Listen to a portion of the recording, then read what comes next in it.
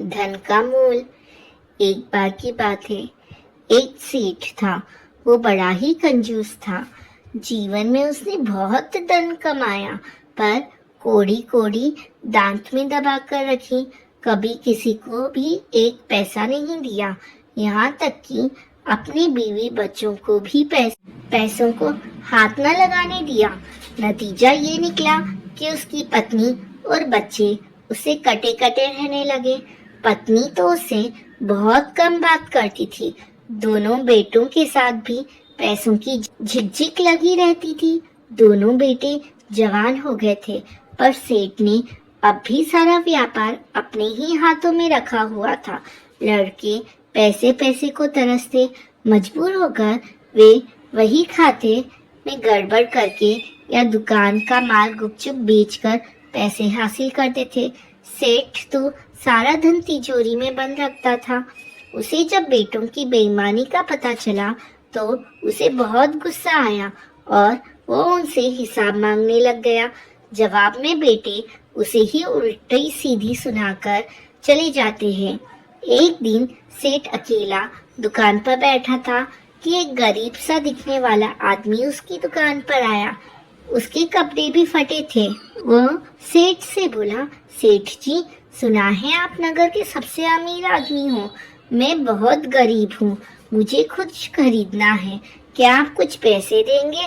बदले में मैं भगवान से प्रार्थना करूँगा कि वो आपका धन दुगना कर दे। सेठ ने इससे पहले कभी दान पुण्य नहीं किया था, पर आज धन दुगना होने की बात सुनकर उसे लगा थोड़े पैसे मंगल को देने में कोई नुकसान नहीं है। वो बोला, ठीक है, बताओ कितने पैसे चाहिए तुम्हें?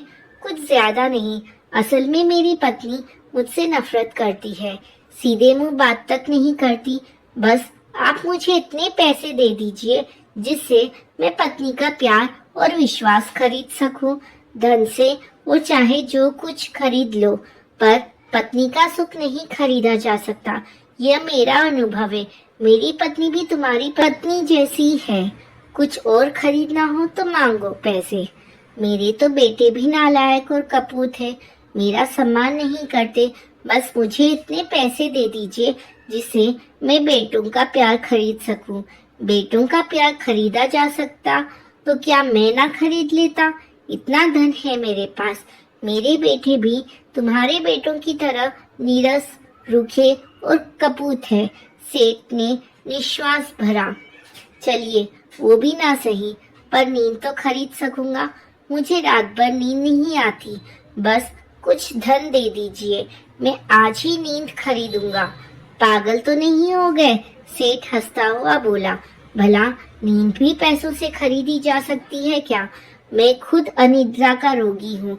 रात भर बिस्तर में करवट बदलता रहता हूँ, पर नींद पास भी नहीं फटकती। सेठ गरीब के पागलपन पर हंसा।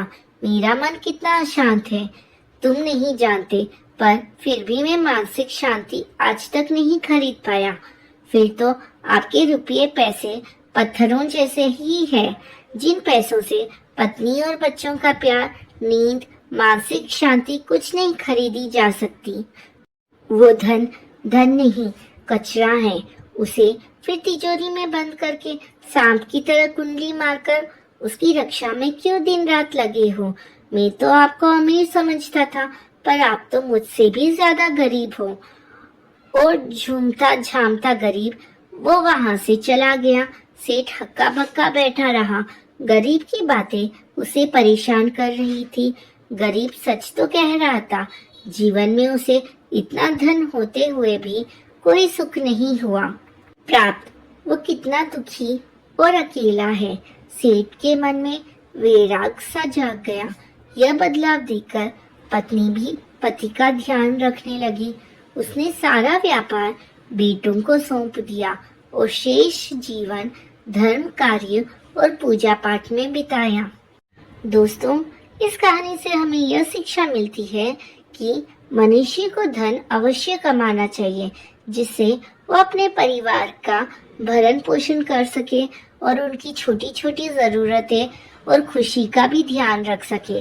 अगर मनुष्य सिर्फ पैसे कमाने की होड़ में लगा रहेगा और किसी पर भी ध्यान नहीं देगा तो वो धन धन नहीं कचरा ही रहेगा। जय श्री कृष्णा। राधे राधे।